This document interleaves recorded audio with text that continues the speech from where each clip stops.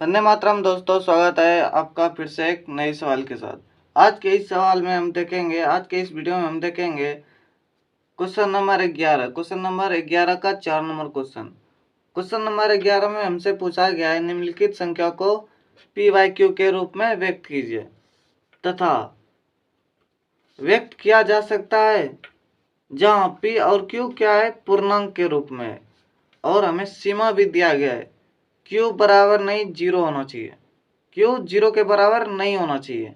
ये हमें सीमा के रूप में दिया गया है। तो चलिए हम इसे हल करके देखते हैं। यहाँ पर हमें संख्या क्या दिया गया है, 0.0.233535। यहाँ पर आप गौर करके देखेंगे तो 3 और 5 अपने आप को क्या कर रहा है, रिपीट कर रहा है, पुनरावर्तित कर रहा है। इस संख्या को हम इस प्रकार से भी लिख सकते हैं, 0.235। 3 और 5 पर हम क्या दे देंगे, रेखीय कोष्ठ दे देंगे। तो ये संख्या अपने आप में एक सीमा में बंध जाएगा। अब हम इसे इस प्रकार से लिख सकते हैं, इसे हम मान लेते हैं, माना x बराबर 0.23535 पर रेखीय कोष्ठ। हम इस संख्या को इस प्रकार से भी लिख सकते हैं। अब यहाँ पर हमें क्या करना है, फिर इस संख्या को हमें क्या करना है, पुनरावर्तित रूप में लिख देना है। x बराबर 0.23535 अपने आप को पुनरावर्तित कर रहा है। हम अपने इस समीकरण को हम 1 मान लेते हैं।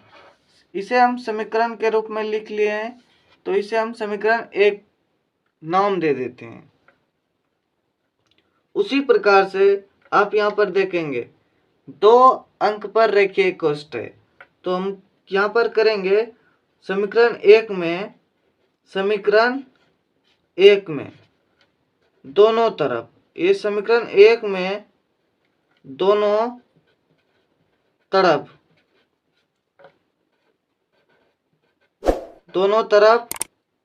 100 से गुना करेंगे।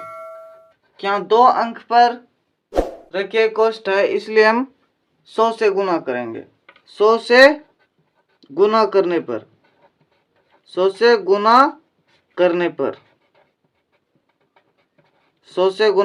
पर x में हम 100 से गुना करेंगे। ठीक उसी प्रकार से हम 0.23535 अपने आप को रिपीट कर रहा है, इसे भी हम 100 से गुना कर देंगे। गुना करने के बाद संख्या को हम कुछ इस प्रकार से लिख सकते हैं, 100x हो गया बराबर दशमलव के इस अंक में दशमलव को 2 अंक के इस पार लिख देंगे, 23.2353। अब यहाँ क्या हो रहा है, 5 3 अपने आप को रिपीट कर रहा है, इसे हम समीकरण 2 नाम दे देते हैं, समीकरण 2। अब हम क्या करेंगे, समीकरण 2 में समीकरण 1 को घटाएंगे, लिखेंगे समीकरण 2 में समीकरण 1 को घटाने पर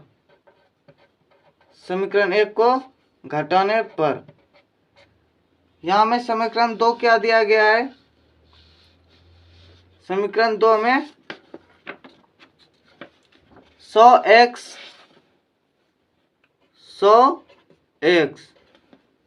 बराबर 23.5353 अपने आप को रिपीट कर रहा है, 23.5353 ये अपने आप को रिपीट कर रहा है। ये हमारा क्या है, समीकरण 2।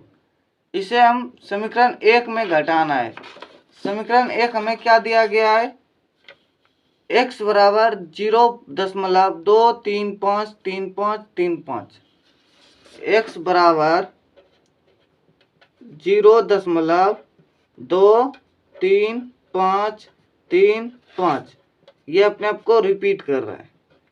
ये हमारा क्या है, समीकरण 1 है। इसे अब हम घटाएंगे। इन दोनों का अंतर हमें कुछ इस प्रकार से प्राप्त होगा।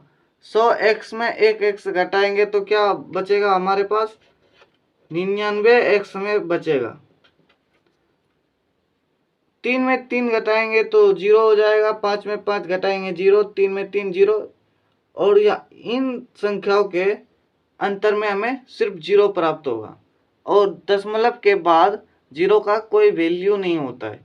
इसलिए हम यहाँ पर देखेंगे 5 और 2, 5 में 2 घटाएंगे तो हमें क्या प्राप्त होगा, 3 दशमलव। अब इस 23 में हमें 0 को घटाना है तो क्या हमें प्राप्त होगा, 23 प्राप्त हो जाएगा। तो 99x बराबर 23.23.3 हमें प्राप्त हुआ है। अब हम इस प्रकार से भी लिख सकते हैं, x बराबर 23.3, यहाँ पर इस तरफ गुना के रूप में है तो भाग बराबर के इस साइड लाएंगे तो ये भाग के रूप में चला जाएगा, 99। अब हम इस दशमलव को यहाँ से उड़ाएंगे तो स्वयं अपने आप 0 1 नीचे आ जाएगा। तो x बराबर हमें क्या प्राप्त हुआ, 23.3। ये तो पॉइंट हमने पहले उड़ा दिया था, इसलिए 233/990 ये हमें भिन्न के रूप में प्राप्त हुआ है। तो ये हमारा क्या हो जाएगा, आंसर। अतः